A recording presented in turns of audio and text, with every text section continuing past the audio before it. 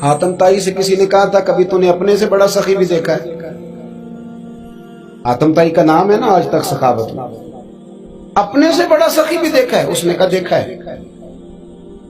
کون سا؟ کہنے لگا میں نے ایک دفعہ اپنے سارے شہر کی دعوت پکائی تو میں چہرے پہ نقاب اوڑھ کے نکلا کہ پتہ کروں کوئی آدمی رہ تو نہیں گیا۔ تو جب میں جنگل میں گیا تو میں نے ایک بابے کو لکڑیاں کاٹتے دیکھا۔ سب لوگ اس زمانے کے جتنے پڑھے لکھے شعراء ادیب سب میں نے بلائے، بابا لکڑیاں کاٹ رہا تھا۔ توجہ ہے میری بات پر؟ کہتے میں اس کے قریب گیا، چہرے پہ نقاب تھا۔ میں نے کہا بابا جی آپ کو نہیں پتا آج حاتم طائی کی دعوت ہے؟ کہنے لگا بیٹے پتہ ہے۔ تو میں نے کہا جانا نہیں؟ تو کہتے بابے نے عجیب جواب دیا، کہنے لگا مجھے نا اپنے ہاتھوں کی کمائی کا چسکا لگ گیا۔ کس کا چسکا؟ ہاں، آج کل چسکا یہ ہے کہ کسی کو پارٹی کیسے ڈالنی ہے، کیسے مفت کی روٹی کھانی ہے۔ کس کا چسکا لگ گیا؟ اپنے ہاتھوں کی۔ بولیے۔ میرے نا مدرسے میں ایک لائق بچہ پڑھتا ہے، مالدار گھرانے کا تھا، تو تھوڑی سی نا آپ کو پتہ ہے دوران طالب علمی ہمیں بھی بڑے بہانے آتے تھے تو یہ چیزیں یاد آتی ہیں، تو تھوڑا آگے پیچھے ہوتا تھا۔ مدرسے میں کام ہو رہا تھا تو میں اس کو کھڑکی میں لے کے کھڑا ہو گیا۔ میں نے کہا بیٹے ایک چیز تجھے دکھانی ہے، جب تیرے سامنے بھنا ہوا گوشت رکھا جاتا ہے تو نخرے کرتا ہے، ادھر بھی آ ایک نظارہ دیکھ۔ مزدور نہ سویرے 2 روٹیوں کے بیچ اچار رکھ کے لاتا ہے، اور جب وہ دوپہر کو کھانے لگتا ہے نا میرے بھائی تو وہ اچار اس کی روٹیوں کو بھی لگ جاتا ہے اور پونے کو بھی لگ جاتا ہے۔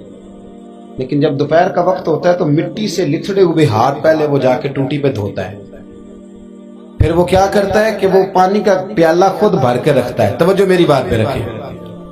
پھر وہ زمین پہ بیٹھتا ہے اور جب وہ پونا کھولتا ہے نا، کبھی اسے کھاتے ہوئے دیکھو، یوں محسوس ہوتا ہے کہ دنیا کی ساری نعمتیں اس کے سامنے پڑی ہوئی ہیں، اور ٹیبل پر بیٹھ کر 22,000 کی روٹی کھانے والے اتنا شکر ادا نہیں کرتے جتنا وہ بندہ شکریہ ادا کرتا۔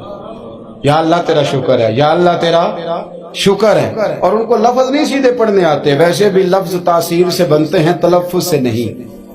اہل دل آج بھی ہیں اہل زبان سے آگے، صحیح تلفظ نہیں ادا کرنا آتا، لیکن جب وہ ہاتھ باندھ کے کہتے ہیں نا یا اللہ تیرا شکر ہے تو یوں محسوس ہوتا ہے کہ روٹی تو اس بندے نے کھائی ہے، کھانا تو، ورنہ شادی کے موقع پر اتنا کھایا نہیں جاتا جتنا تباہ کیا جاتا ہے، کیونکہ مفت کا ہوتا ہے نا، مفت کا۔ تو یاد رکھیں محنت کی کمائی ایک حسن ہے، ایک وقار ہے۔ وہ جو بندہ 50 لاکھ روپیہ مہینے کا یا سال کا کماتا ہے وہ تو دیکھتا بھی نہیں بیچارہ پیسوں کو، وہ بینک میں آئے اور بینک سے ہی ساری زندگی اپنی دولت دیکھ سکتا، لیکن جو 600 روپیہ دیہاڑی لیتا ہے نا، اس کو جب شام کو ملتی ہے تو 3 دفعہ ہاتھ صاف کرتا ہے اور 3 دفعہ بسم اللہ شریف پڑھتا ہے، اور پھر وہ جیب میں ڈالتا ہے، پھر وہ حساب کرتا ہے کہ 50 کہاں لگانے ہیں، 60 کہاں۔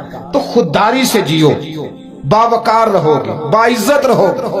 حاتم طائی کہتے ہیں مجھے کہنے لگا کہ مجھے ہاتھوں کی کمائی کا چسکا لگ گیا ہے، اب مفت کے دسترخوان پر مجھے مزہ نہیں آتا۔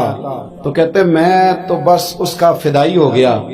جب میں واپس آنے لگا تو اس نے مجھے آواز دی، میں واپس پلٹا تو کہنے لگا بیٹا آپ بھی دعوت پہ جا رہے ہیں؟ میں نے کہا ہاں۔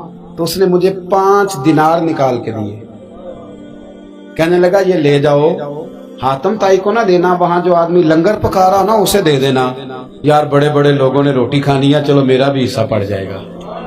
تو حاتم طائی کہتے ہیں میں گھوڑے سے گر گیا، چہرے سے کپڑا اٹھایا اور میں نے کہا بابا میرے سینے سے لگ، میں تو امیر ہو کے سخی ہوں نا، تو غریب ہو کے بڑا سخی ہے۔ آج سمجھ آئی ہے تیری سخاوت۔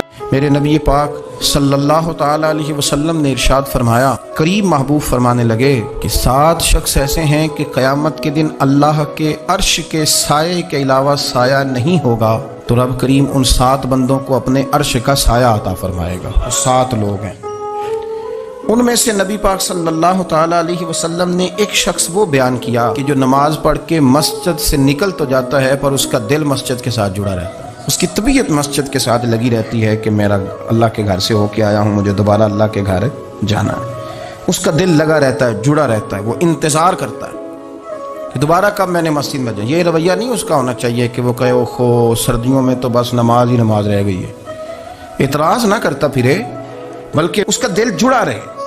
مسجد کے ساتھ جو خاص رشتہ ہے، بخاری مسلم میں حدیث ہے، ویسے تو ساری زمین ہی اللہ کی ہے نا،